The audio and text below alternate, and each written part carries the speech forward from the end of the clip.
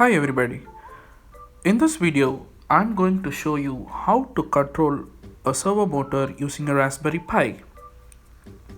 Servo motors are most commonly used for high-tech devices in industrial applications like automation technology. It is a self-contained electrical device and it rotates the shaft with PWM. So PWM is nothing but pulse width modulation control input. So these motor type of motors are used, you can see, in toys, cars, and even in many of the IoT devices. In this demo, we are going to use a very basic SG90 servo motor. So this comes with three wires. So one is for positive and ground, another one is for the control input.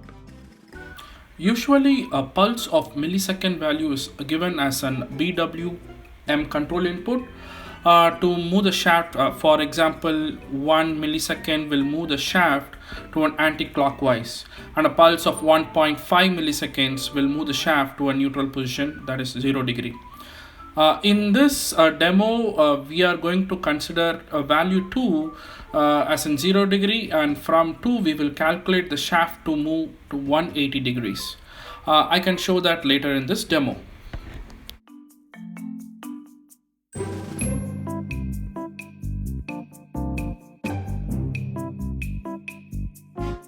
Now I connected my motor to the Raspberry Pi, where my control input pin goes to the GPIO 11 and the ground goes to the 6, and I'm getting 5 volt power from the pin 4. And here is the circuit diagram for the same. We can also connect this motor to an external battery, but I'm just using the 5 volt power from the GPIO pin.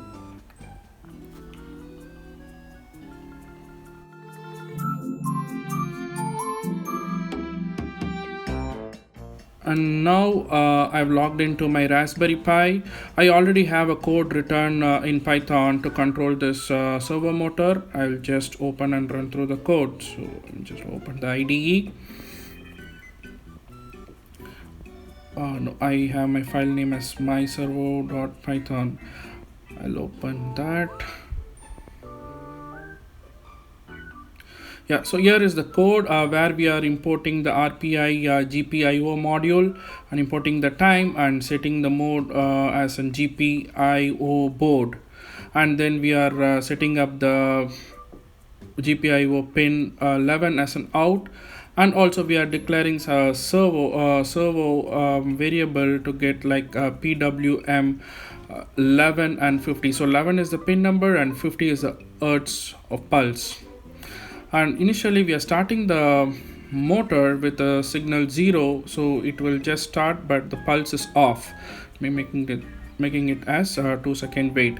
Now to rotate like to 180 degrees, right? So we are going to do that like giving a value from 2 to 12 to move the shaft from to 180 degrees. So we are going to declare a while loop, like giving a duty, and the change duty cycle will be like our duty value, and we are going to increment it. And now making the sleep and then turning back the servo to the 90 degrees by giving a value 7 for the change duty cycle. So once that is done, we will move the shaft to 0 degrees, and then we can also clean our assignments. So let's try to run this code now. So it should move our shaft with the value we have given.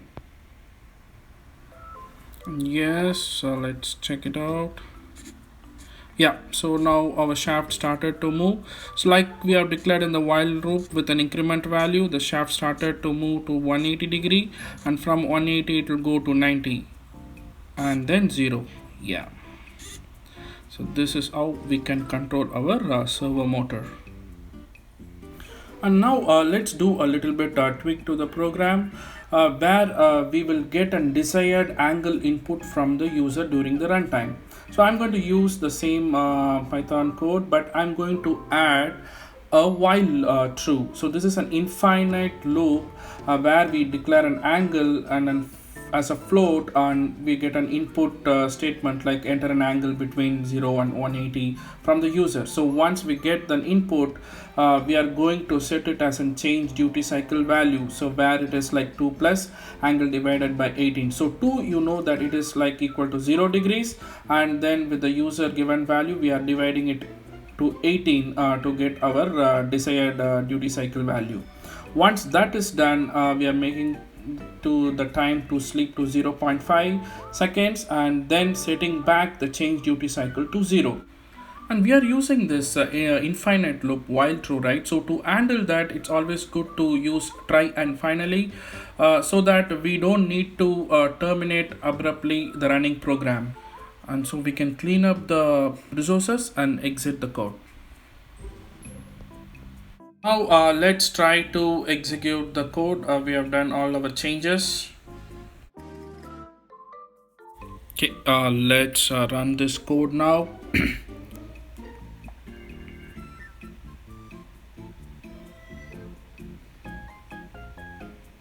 It's waiting for 2 seconds and asking for the input.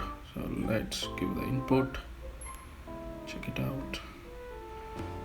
Yes, now the shaft started to move with the user input. So in this way we can also control the motor during the runtime. So in this demo we have seen two things, right? So one, to sequence the shaft movement, and also how to get the user input and move the shaft by giving the PWM value. So I have also done a small project using this servo motor. It's a smart dustbin. Let me show that to you now. This smart dustbin uses ultrasonic sensor to calculate the distance and send a trigger to the servo motor. So once it receives the signal, the trash bin is opened.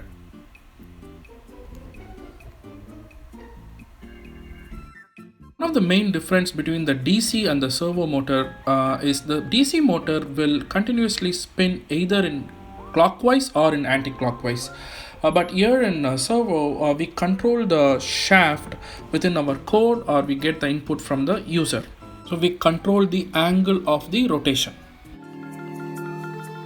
These type of advanced servo motors are used in robotics, conveyor belts, and also in like a rover, right? So robotic vehicle rover, or in solar tracking system. So there are n number of uses with this servo motor. Thank you for watching. We'll see you with more content in my next video. So if you like, please do subscribe and follow the channel. Thank you. Bye bye.